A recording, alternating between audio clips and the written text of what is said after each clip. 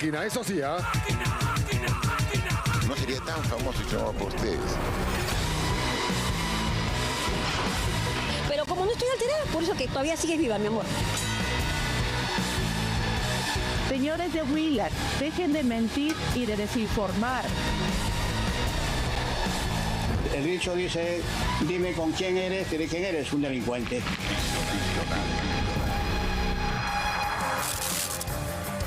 Hola, ¿cómo están? Muy buenas noches, bienvenidos. Esto es Contracorriente. Soy Albina Ruiz, los voy a acompañar durante estos días que Augusto Sondheim está de vacaciones. Vamos a empezar esta jornada, esta noche, con Trujillo. Trujillo vuelve a respirar, pero en verdad no duerme en paz.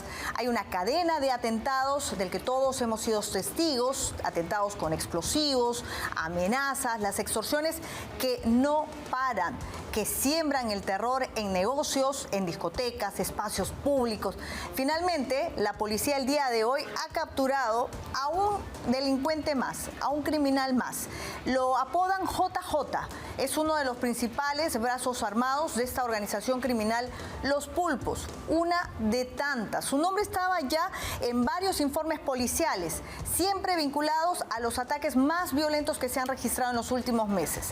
Este criminal que van a ver a continuación tiene apenas 19 años.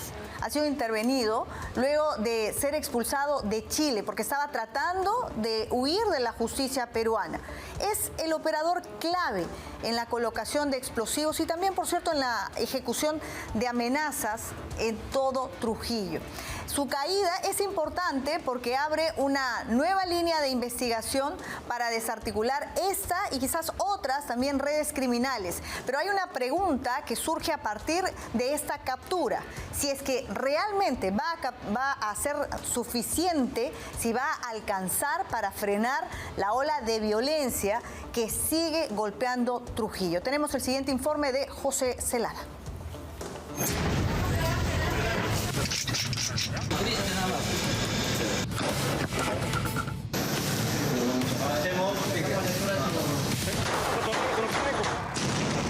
La ciudad de Trujillo ya no duerme tranquila tras una sucesión de explosiones a control remoto, amenazas incesantes y miedo en cada negocio. Detonaciones que tienen la firma de la organización criminal que pretende gobernar la ciudad y que hoy tiene a uno de sus brazos armados en manos de las autoridades. Tenemos que enfrentar algo que vaya más allá del deber. Bueno, eso es lo que la vida nos llevó, para eso somos policías. En los partes policiales, informes y testimonios, el alias de JJ se repetía. Un delincuente de 19 años de edad que está vinculado a los atentados más violentos registrados en los últimos meses. La caída de alias JJ se produjo lejos de los ataques.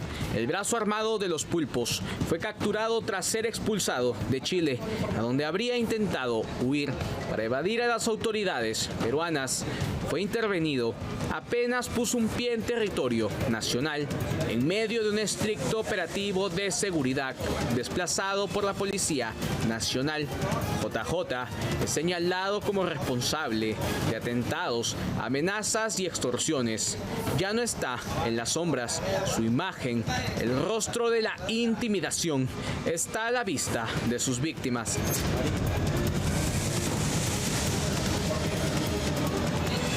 Él es el joven John Snyder Nureña Rojas. Él es el joven John Snyder Nureña Rojas, el operador criminal más importante de Los Pulpos, encargado de ejecutar órdenes, sembrar el miedo y también sembrar los explosivos con detonador cuando la organización lo exige. Dejar una bomba en tabaco marino, de dejar un artefacto explosivo donde el fallecido Bolaños, de dejar un artefacto explosivo con las características intensas de capacidad balística intensa en la Fiscalía, institución tutelar del Estado, Ministerio Público, a un pulpo y posteriormente a una discoteca. Entonces, establecer toda esa trazabilidad. Se da este último evento, se hace la trazabilidad y el día de ayer iban a cometer otro evento criminal. Las investigaciones policiales revelan que fue ascendiendo rápidamente en la organización criminal Los Pulpos. El mapa del delito revela múltiples ataques extorsivos en sus manos que empezaron a corta edad a detonar explosivos. En el seguimiento de la digitalización del aparato tecnológico se llega a una casa y el teléfono lo tenía una persona de 73 años. La señora era la propietaria del teléfono. Cuando se interviene esta persona, dice, mi nieto usa el teléfono. Un secuestro que terminó con amputaciones y otras cosas. ¿Quién era el nieto? El JJ. Solo en enero del 2026 se han registrado 11 ataques, explosiones como el bar Monasterio y el ataque contra el bus de la orquesta Armonía 10, la misma noche, en el mismo lugar. Pasando a la discoteca Luxor y atentados contra 2 tiendas de la marca Tabaco y Ron, que no acabaron ahí, sino que los pulpos también atacaron Tabaco Marino, sorpresivamente, en la misma semana. Una ola de violencia que se vuelve más osada, pero también más tecnológica, en donde ya se prohíben drones en toda la ciudad por las bombas a control remoto y drones con cartuchos de dinamita que ya explosionaron en locales comerciales extorsionados. La información que vamos a obtener con esta captura va a ser importante. La Policía Nacional viene estudiando caso por caso para poder evitar atentados como el día de ayer. Se ha evitado un atentado de gran magnitud. Nosotros ya tenemos varios nombres y así lo estamos capturando uno a uno. Ese uno a uno es justamente este alias JJ. Ante esta seguidilla de atentados atribuidos a JJ como operador principal y a Johnson Pulpo, líder de la organización criminal, la policía señala a la captura de Casey Salvatierra y ahora JJ como antecedentes de haber desatado esta ola extorsiva. Los pulpos tenían en su línea, por la captura de Casey, realizar una serie de atentados, ¿no? Por la captura y, lógicamente, para ellos en su léxico, ridiculizar a las personas que habían tenido, porque así lo han escrito, así lo han reclamado, dicen, la osadía de enviar a su hija a Lupe, a un centro transitorio de protección de niños. Todo eso le habría incomodado a este irrecuperable y nuevamente quiere, ¿no?, atentar a través de sus cachaquitos, primero contra los que tomaron la decisión y segundo contra las instalaciones. Se han tomado todas las medidas de seguridad y se habían trasladado a Trujillo. Alias JJ es una pieza clave dentro del engranaje criminal de los pulpos que puede conducir hasta los mandos de esta organización, operadores logísticos y hasta la misma cúpula criminal que ya está preparando ataques con bolsas de más de 80 cartuchos de dinamita. Se dirigían a dejar una carga explosiva que juntaba la potencia entre los 3 anteriores. La información que se recibe el día domingo era sacar de circulación objetivamente a las personas que ya son de conocimiento de ustedes. Los que estamos del lado de la ley, persiguiendo a estos irrecuperables. El día de ayer, con estas decisiones que se motivan a veces, ¿no?, por otras cosas, de repente ya no hubiésemos estado dando la conferencia el día de hoy. Todo apunta a que tienen un nivel de cercanía. Estas organizaciones criminales toman todas las medidas de seguridad para que no sean detectados, pero sin embargo la línea de trabajo que estamos llevando, ¿no?, nos lleva justamente a los pulpos, ¿no?, que son los interesados en causar terror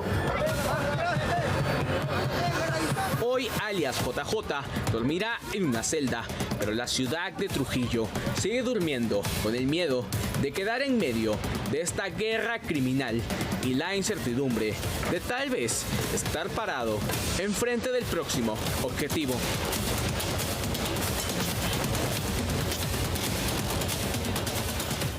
Bueno, y es cierto, las organizaciones criminales reclutan menores de edad. Están las cifras, no tan claras, pero hay algunas que muestran, por ejemplo, que el año pasado cerca de 2.000, más de 2.300 menores de edad fueron intervenidos por la policía y que 20% de estas organizaciones criminales tienen en su estructura a menores de edad. ¿Qué es lo que sucede realmente con jóvenes como JJ o los que capturaron la semana pasada? Son todos jóvenes de 18, 19 años que fueron reclutados cuando eran menores de edad, cuando eran unos niños. Entonces la pregunta que aquí cabe es, la policía captura, es verdad, pero llega solamente para ese propósito, porque el Estado debería ya llegar antes, es decir, en la prevención. Estos jóvenes que deberían estar estudiando, hoy por hoy están extorsionando, están encendiendo artefactos explosivos, están amenazando y están matando. Entonces la pregunta es, ¿qué ocurre con el Estado que no está llegando antes? No, solo para citar las cifras que he mencionado, ¿no? Este JJ pertenece a los pulpos, pero después están los injertos y van a seguir mutando si es que no hay realmente una labor y una política de Estado que tenga presencia en los lugares donde están estos jóvenes. Y no se trata de justificar la violencia, porque la policía hace bien trabajo con inteligencia, llega, captura, pero el Estado también tiene que organizarse con programas que puedan adelantarse a que estos jóvenes caigan en manos de estas organizaciones criminales. Estas capturas son éxitos para la policía, sí, pero podrían ser efímeros, porque en el fondo, ¿no?, lo que tenemos es un fracaso para la sociedad y sobre todo un fracaso para el Estado. Vamos a pasar a otro tema. Y tiene que ver con lo que se ha conocido el día de hoy, la resolución de manera unilateral de un acuerdo, de un contrato de Estado a Estado. 2 megaproyectos, ¿no?, con esa decisión que ha tomado este gobierno, quedan en suspenso 2 megaproyectos que son claves para el país. El Ministerio de Transportes ha resuelto este contrato, es la empresa PMO Vías, que es para el Puente Santa Rosa y la Vía Expresa, además de la carretera central. Estas obras estaban previstas para iniciarse justamente este año, ¿no? El Puente Santa Rosa es el que conecta al nuevo aeropuerto internacional Jorge Chávez, y se supone que con ello se iban a beneficiar cientos de personas. Así también la carretera central, que es una arteria central, neurálgica, importante, ¿no?, para el traslado de productos, de pasajeros, etcétera, hacia Lima. La decisión esta de la resolución unilateral se sustenta en una cláusula anticorrupción, ¿no? Lo que se señala es que hay sanciones impuestas, ¿no?, a una filial extranjera de este consorcio, ¿no?, a pesar, ¿no?, de que este contrato fue firmado en el año 2021. Después vamos a ahondar en detalles. En esa época estaba el gobierno de Francisco Sagasti. Ha avanzado durante años. Han pasado los siguientes presidentes, los siguientes ministros. Nadie lo observó. La pregunta hoy es ¿por qué este gobierno, que es de transición, que va a terminar en 5 meses, ahora está frenando proyectos tan importantes que ni siquiera firmó, que no va a ejecutar? Le está bajando el dedo a estas empresas de obras importantes, ¿no? Un gobierno que tampoco va a ver terminar estas obras. Vamos a seguir hablando de esto, pero antes el informe a cargo de Stephanie Medina con todos los detalles. Bueno, somos un gobierno a toda máquina, eso sí, ¿ah? Ahora ahora cuando ya ese mismo día habían sacado un documento, no nos dieron a conocer y sale posterior a nuestra reunión, definitivamente nos sentimos burlados, nos sentimos estafados. El puente Santa Rosa y su vía expresa asociada estaban proyectados para beneficiar a más de 30 millones de pasajeros al año del nuevo aeropuerto Jorge Chávez y también a los vecinos del Callao. La obra estaba prevista para iniciar en el 2026. Sin embargo, el gobierno a toda máquina de José Gerí ha decidido resolver el contrato con la empresa PMO Vías, una decisión que no solo alcanza a esta obra clave, sino también a la nueva carretera central.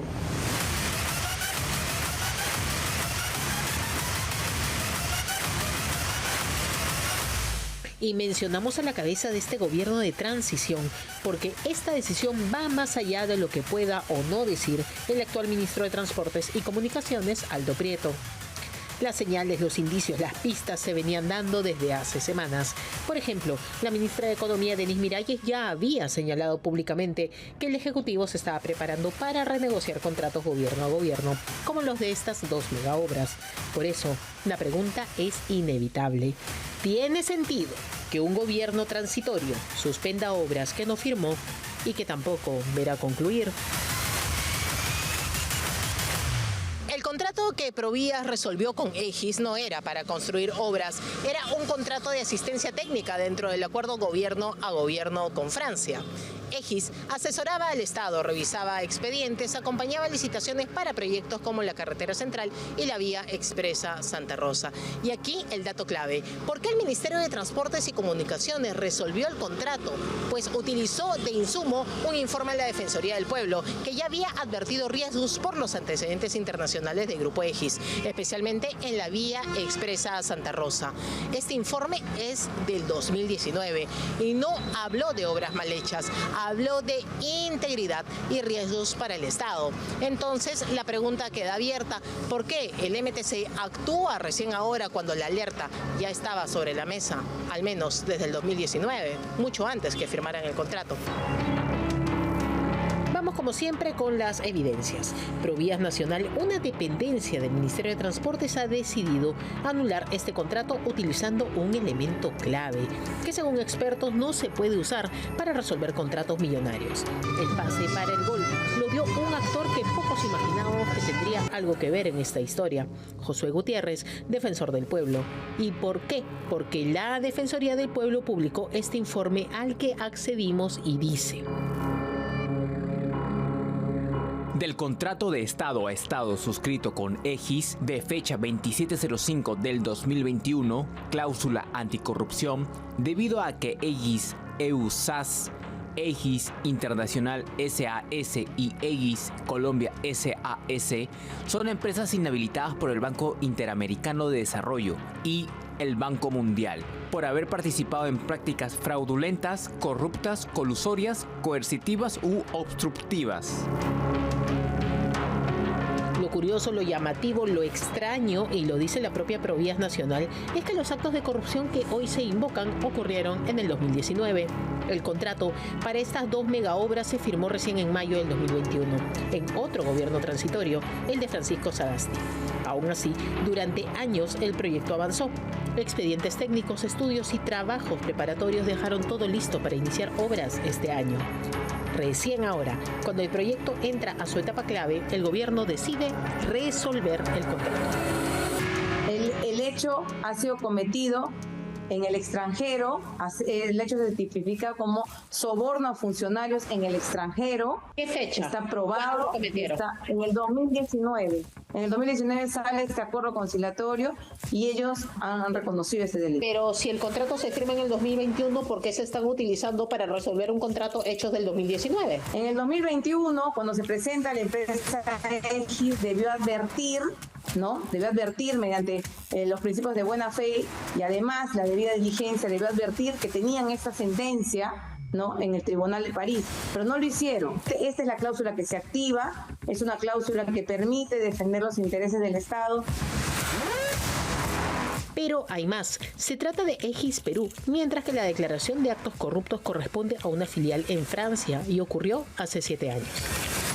Le pregunto lo que todos dicen. ¿Se ha anulado este contrato para meter a los chinos? ¿Es cierto? ¿O no? De ninguna manera, te repito, el acuerdo de gobierno a gobierno está vigente. No hay un acuerdo eliminado, no podría yo eliminar el contrato, el acuerdo de gobierno a gobierno, porque el acuerdo de gobierno a gobierno está suscrito por el MTC, no está suscrito por Provías. El contrato con Egis está suscrito por Provías y ese es el que nosotros hemos dejado sin efecto precisamente por temas de corrupción. Para la ex ministra de Transportes y Comunicaciones, Paola Lasarte, esto es grave y sí compromete el fin de contrato de gobierno a gobierno con Francia. Así la vocera de Provías lo niega. Si había algún inconveniente con la empresa Egis, que es parte de la PMO Vías, el Estado peruano pudo haber pedido al Estado francés su reemplazo, pero no resolver el contrato de Estado a Estado. Entonces, el contrato tiene una cláusula anticorrupción bastante fuerte, que de hecho está muy bien que haya estado así. Ya quisiéramos ver en otros contratos de concesiones o de obra pública ese mismo nivel de rigurosidad. La nueva carretera central, con una inversión estimada de 24.541 millones de soles, iba a ser la primera autopista de alta montaña en Sudamérica. 183 kilómetros, 4 carriles, túneles, viaductos, áreas de servicio y zonas de descanso. Una vía que iba a llegar hasta Junín y que su suspensión nos afecta a todos. Con este cambio de gobierno nosotros nos hemos acercado al presidente Gerí cuando vino en una visita aquí a la ciudad de Huancayo, en la Cámara de Comercio, que nos manifestó siempre que el proyecto continúa, es de interés nacional, pero nunca dijo claramente. Ahora último nosotros nos hemos reunido con la ministra Denise Miralles y de igual manera también con el ministro de Transporte y Comunicaciones en las instalaciones del MEF. Grande fue nuestra sorpresa porque en esa reunión no nos dijo en cada caso las acciones que estaban tomando, pero ahora cuando ya ese mismo día habían sacado un documento, no nos dieron a conocer y sale posterior a nuestra reunión, bueno, definitivamente nos sentimos burlados, nos sentimos estafados. Definitivamente aquí no es el gobierno de turno y que dicho sea de paso es un gobierno transitorio. Por lo pronto, los representantes de Egis en Perú, la sucursal de PMO Vías, que también comprende a la empresa CETEC, han intentado dialogar con el MTC, pero no se les ha permitido el ingreso. Fuentes de la empresa sostienen que solo lograron entrar al jardín, para que luego se les pida cordialmente que se vayan. Para el abogado penalista Carlos Caro, la controversia es grande. En materia de contratación pública es el principio de continuidad de los contratos, ¿no? Es decir, los contratos deben de seguir rigiendo a lo largo del tiempo, salvo que exista un buen motivo para contradicción entre el MTC y Provías, ¿no? Entonces, de hecho, no sabemos todavía cuál es la versión oficial, porque ha habido una suerte de contradicción. ¿Cuál es la contradicción? Se ha dicho de que esto afecta todo lo que pueda significar la relación, el propio contrato gobierno a gobierno, con lo cual el gobierno francés saldría y el Estado peruano podría directamente licitar y hacerse cargo del proyecto de manera directa o licitando. Aquí no se discute si la cláusula existe, se cuestiona por qué se activa recién ahora. Cuando los actos de corrupción ocurrieron en el 2019, el contrato se firmó en el 2021 y las obras estaban listas para empezar en el 2026. Un gobierno de transición decidió frenar proyectos que no firmó, que no ejecutó y que tampoco verá concluir.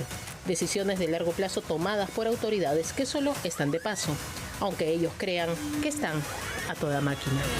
Bueno, somos un gobierno a toda máquina, eso sí, ¿ah? Bueno, es que esa es la principal cuestión, ¿no? El cuestionamiento es ese.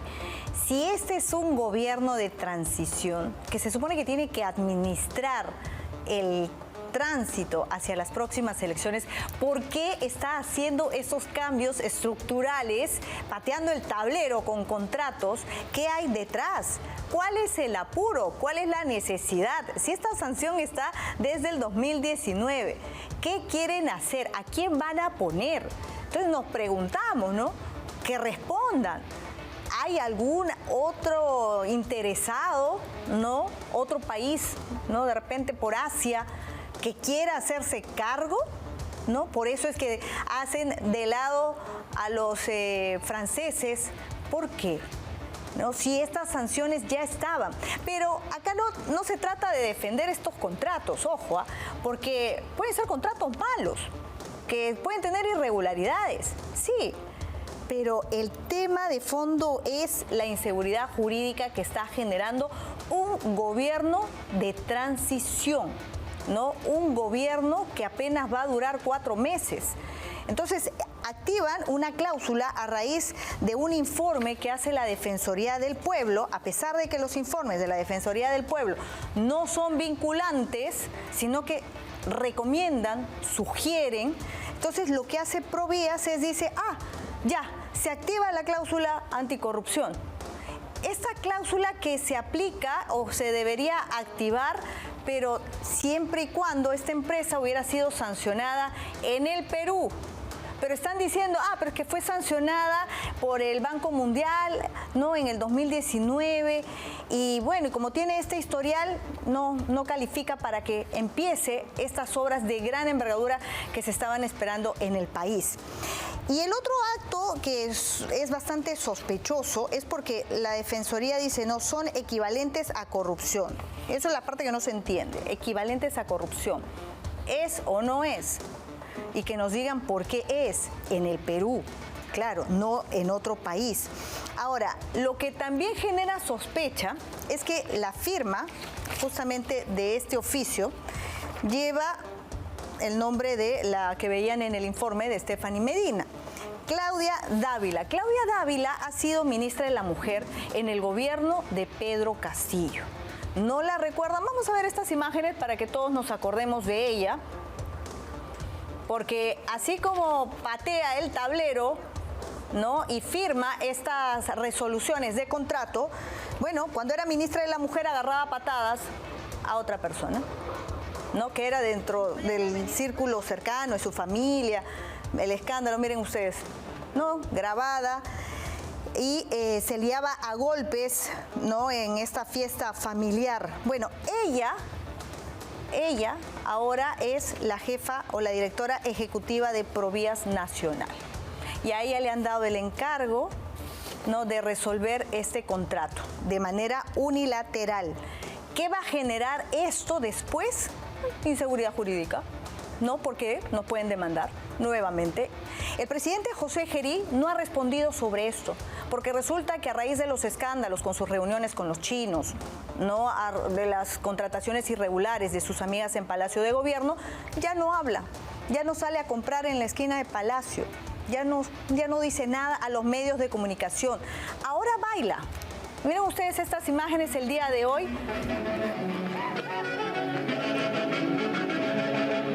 En el patio de Palacio de Gobierno. Cualquier parecido con la realidad a otros gobernantes, incluida Dina Boluarte, que no declaraba pero bailaba. Bueno, ahí lo tienen, ¿no? Esto ha sido en Palacio de Gobierno. Este grupo lo lleva su amigo, ¿no? Si no, quizás socio, ¿no? Illich López. Quizás para distraerlo, ¿no? Bueno, ahí lo tienen, no ha declarado, no se ha pronunciado sobre esta situación de la resolución del contrato. Illich López decidió darle un momento de distracción, ¿no? El baby del Congreso, quiso darle este momento de esparcimiento, ¿no? Al presidente, que quizás puede estar estresado, porque nuevamente debía pronunciarse sobre esta situación, ¿no? Tan preocupante. No habla, ahora baila, después va a tener que cantar, ¿no? Pero en el Ministerio Público, por cierto, Tomás Aladino Gálvez el día de hoy ha dicho que de repente vuelven a citarlo, ¿no? De repente vuelve a ir a Palacio de Gobierno para un nuevo interrogatorio. Bueno, vamos a hablar sobre este otro tema, el carnaval de la publicidad, que sigue dando que hablar, que ha quedado al descubierto, que incluye millones de soles del presupuesto público.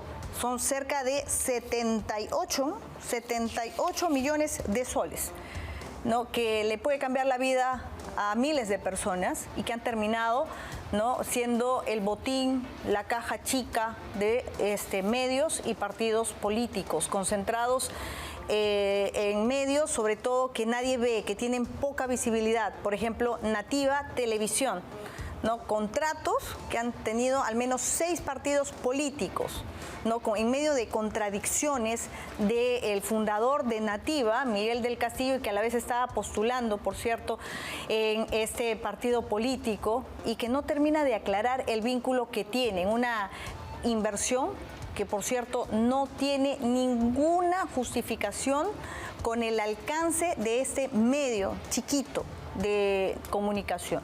Bueno, hay serios cuestionamientos, hay políticos que se han pronunciado y otros expertos, porque este caso, ¿no?, por ahora, porque hay un vacío legal, no constituye un delito, no es una infracción directa a la norma electoral, pero sí, no hay un debate ético. ¿Por qué tenemos que invertir esta cantidad de dinero, 78 millones de soles, o en el caso de Nativa, ¿no?, en un canal que no tiene sintonía, que tiene bajo impacto? No es el único, por cierto, vamos a hablar en extenso el reportaje a continuación de Maricielo del Castillo. No va a haber un cambio en el país si es que no cambiamos las personas. ¡Primero la gente! ¡Primero la gente! Si no saben manejar una campaña, ¿cómo quieren manejar un país? Eso revela la mediocridad de los partidos.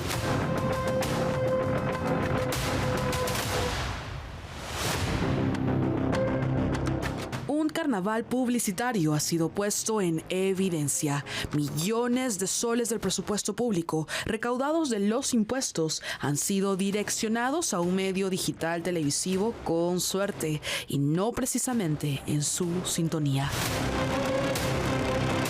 Lo importante es ver las cosas completas. Cuando se dicen las cosas completas.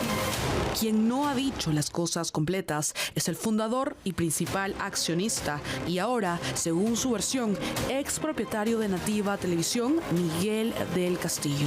Pues después de que el medio digital que fundó logró que 6 partidos políticos contraten por más de 2 millones de soles por concepto de franja electoral, olvidó específicamente cuál era su participación en el medio. Yo ya no soy parte de Nativa societariamente ni ¿cuándo? como representante. Desde abril del año pasado. Sin embargo, en otra entrevista con Willax Televisión, el fundador de Nativa, meses después, contrariamente a lo que afirma hoy, aún seguía autodeclarándose accionista mayoritario del medio. Soy accionista mayoritario de Nativa. Decidimos crear un partido que represente los intereses del pueblo, pero no en discurso, sino realmente pueda recuperar la dignidad.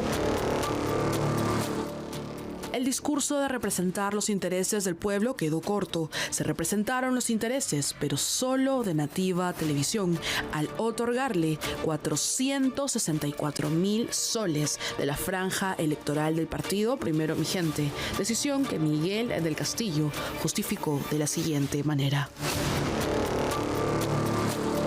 La fortaleza de Nativa es la temporada deportiva y como se pone esa publicidad en diciembre, no había en ese momento, Nativa no tenía programación deportiva porque ya había terminado el calendario deportivo, por lo tanto no era atractivo para nuestro fin. Pero sí habíamos hablado de ponerle al fútbol. Y Nativa transmite de manera gratuita la Liga 1. Para la gente que consume deporte en el Perú, no es lo primero que se le da a la mente buscar Nativa para poder ver partidos de la Liga 1. Si hablamos de Nativa, estamos hablando de un canal que hasta el año pasado solo han pasado partidos hasta agosto, según sus redes sociales. De la Liga 1. De la Liga 1. Es decir, no han pasado los últimos partidos del torneo.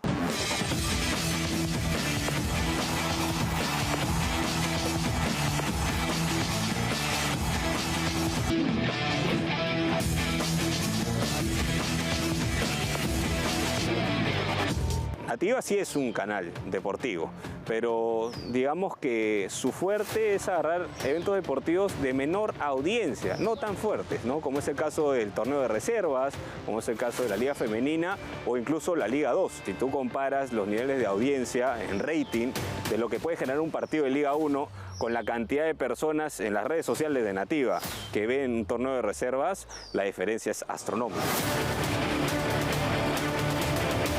Yo creo que ese tema del fútbol se ha convertido en un artilugio para justificar este gasto desproporcionado. La lógica del que maneja medios, en una gestión de medios, es buscar el mayor alcance al menor costo, ¿no? Y eso se mide en costo por 1000. ¿Cuánto cuesta llegar a 1000 personas del segmento útil? Habría sido útil que los integrantes del partido político Primero la Gente, con un análisis simple de un video aleatorio presentado en la plataforma digital de Nativa, puedan conocer el verdadero alcance de este medio elegido, como se lo mostramos a continuación. El streaming de Nativa en YouTube tiene más o menos 250,000 de personas.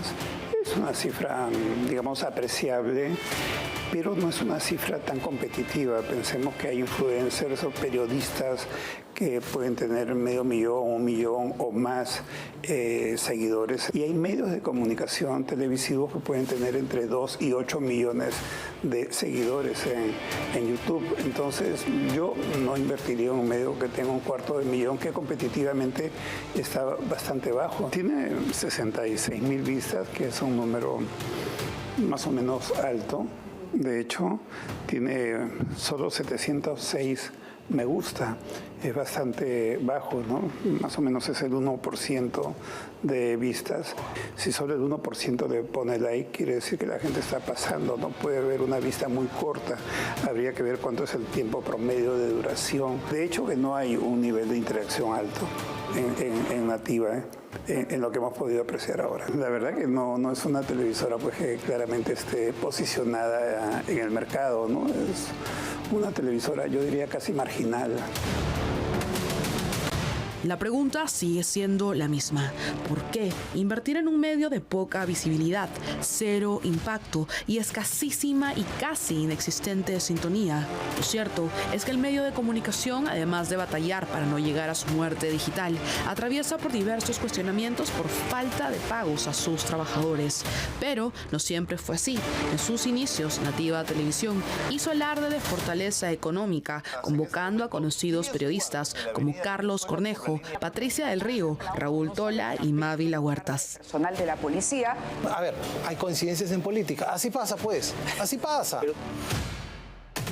En este caso no parecen haber coincidencias. Un vacío en la ley puede que otorgue el beneficio al fundador de Nativa, Miguel del Castillo, que su cuestionada decisión no constituye un delito, ni siquiera falta al reglamento de la franja electoral, pero sí es un grave cuestionamiento ético por el que, a pesar de sus contradicciones, deberá responder.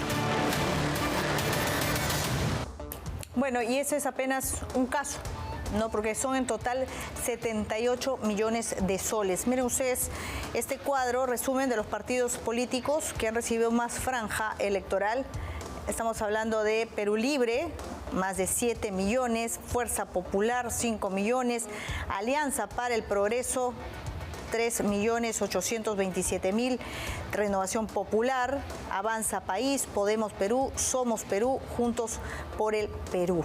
78 millones y todo lo que se podría hacer, ¿no? ¿Cuántos colegios se pueden construir con ese dinero? ¿15? ¿20? ¿No? ¿Cuántas postas médicas? ¿Cuántas casas? ¿Cuántas carreteras? Bueno, el asunto es que aquí hay partidos políticos que han estado aprovechando, ¿no?, de este vacío legal para tomar ese dinero como si fuese un botín, como si fuese su caja chica, ¿no? En lugar de hacerlo de alguna manera transparente, ¿no? Han desviado estos fondos con claro conflicto de interés a medios digitales o de canales que no tienen ningún alcance. Solo para que tengan una idea, antes de que se hiciera toda esta modificación a la ley de partidos políticos, ¿no?, a la ley electoral, antes la publicidad estatal, ¿no?, se destinaba básicamente para programas del gobierno, dengue, sarampión, salud, etcétera. No, se dejó de hacer. Aníbal Torres es uno de los grandes responsables de que ya no existan esas campañas, por ejemplo. Pero la dinámica de antes era ese fondo, ¿no?, para la publicidad estatal pasaba por varios filtros, mediciones que tenían que ver con alcance, en el caso de televisión, rating. Hoy por hoy difunden los medios digitales, tendría que haber otro tipo de indicadores, etcétera. Pero antes de esta modificación, ¿no?, lo que se hace es, se hacía un plan, ¿no?, de esta difusión, de esta publicidad. luego se contrataban agencias que eran como centrales de medios, y estas centrales de medios tenían que dar reporte porque tenían que fiarse de tecnología para luego rendir cuentas sobre el impacto y a dónde ha ido a parar esa cantidad de dinero. Pero estamos hablando de millones de soles. Pero, ¿qué es lo que ha pasado ahora con este cambio, con esta modificación?